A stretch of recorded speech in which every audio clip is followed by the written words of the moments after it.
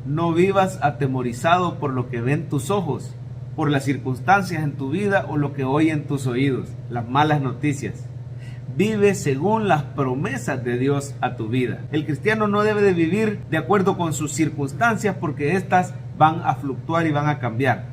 Tampoco debe vivir según sus emociones porque a veces nos sentimos animados y optimistas y otras veces, dígame si no es cierto, que nos sentimos pesimistas. A veces flaquea nuestra fe. Lo bueno de vivir conforme a las promesas de Dios es que Él es el mismo de ayer, hoy y por los siglos. Dios es inmutable, esto quiere decir que Él no cambia, Él sigue siendo fiel y Él pronunció promesas de bendición. El apóstol Pablo dijo que ya nos bendijo a los creyentes con toda bendición espiritual en los lugares celestiales con Cristo.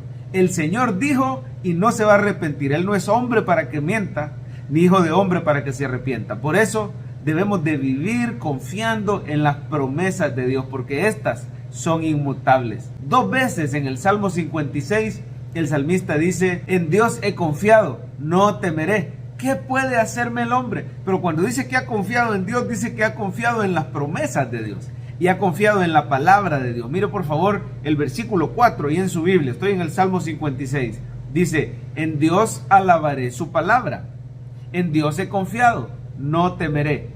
¿Qué puede hacerme el hombre? Y luego repite prácticamente lo mismo a partir del versículo 10. Dice: en Dios alabaré su palabra, en Jehová su palabra alabaré. Está hablando de las promesas de Dios. Y dice que alaba u honra las palabras, las promesas. Y dice: en Dios he confiado, dice el 11, no temeré.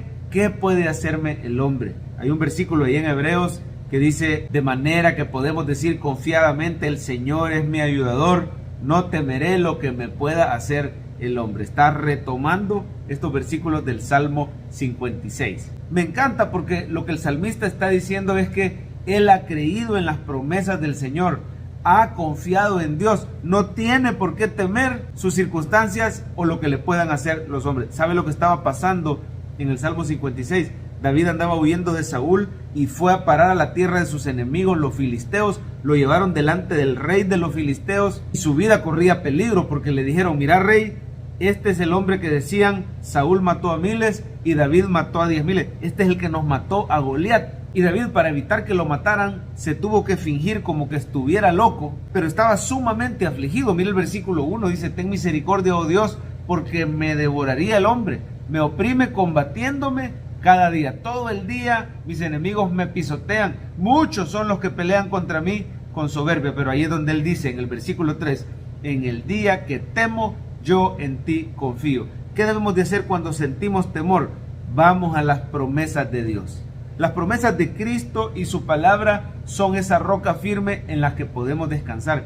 Y en Cristo tenemos garantía que todas son para nosotros, porque dice la palabra que en Él las promesas de Dios son sí y son amén, para gloria de Dios. Si has creído en Jesucristo, las promesas de Dios para su pueblo en la Biblia son para ti, pero eso sí, las tienes que conocer, las tienes que creer, las tienes que recordar a diario y, si es posible, verbalizarlas. Como dice la palabra, que con el corazón se cree para justicia, pero con la boca se confiesa para salvación. Nuestra boca debe de hablar las promesas de Dios y creerlas de todo corazón, apropiarnos de esa herencia que el Señor nos ha dejado. Quiero leerle otra versión donde se ven los versículos 4 y 10, que son los versículos claves de este salmo, en otras palabras. Dice en la Nueva Traducción Viviente: alabo a Dios por lo que ha prometido.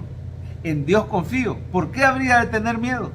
¿Qué pueden hacerme unos simples mortales? ¿Qué versión más preciosa? La NTV, Nueva Traducción Viviente. Yo quiero recomendarle que cuando le impacte un versículo, lo busque en otras versiones. La NTV, la TLA, la NBLA, que quiere decir Nueva Biblia de las Américas. Son versiones preciosas que nos van a enriquecer, y nos van a explicar, nos van a ayudar a comprender de mejor manera el texto de la Biblia. Pero aquí está claro, ¿verdad? David ve sus circunstancias y se aflige, pero él confía en el Señor, yendo a sus promesas diariamente. ¿A dónde se ve Cristo en el Salmo 56? Esto es lo más importante, que juntos veamos a Jesús todos los días, porque Él nos imparte esa fe en sus promesas. Bueno, Cristo es la palabra de Dios. Él es la palabra encarnada. Juan dice: en el principio era el verbo. Este es un nombre para Cristo. El verbo de Dios es el logos, o la palabra de Dios. Así que cada vez que dice en Dios, alabaré su palabra, está hablando de alabar a Cristo. Cristo es esa palabra que nos revela a Dios. Él mismo dijo, si me han conocido a mí,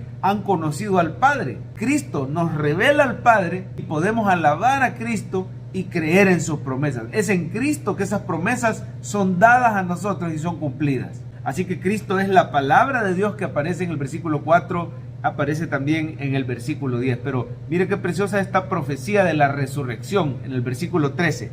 Dice, porque has librado mi alma de la muerte, mis pies de caída, para que ande delante de Dios en la luz de los que viven. El Señor Jesús, la luz del mundo, fue resucitado por Dios de la muerte, ascendió y hoy está a la diestra del Padre. Él es la luz de los que vivimos. Alabemos a Cristo porque Él resucitó. Mire, antes la muerte era el poder más grande que había en este universo, pero cuando vino Cristo y venció a la muerte, Él dijo, yo soy la resurrección y la vida, el que cree en mí aunque esté muerto vivirá. Ahora la resurrección es el poder más grande que hay en este universo y Cristo es esa resurrección. Alabemos a Cristo, honremos su palabra, conozcamos y creamos sus promesas y no tengas miedo lo que puede hacerte el hombre.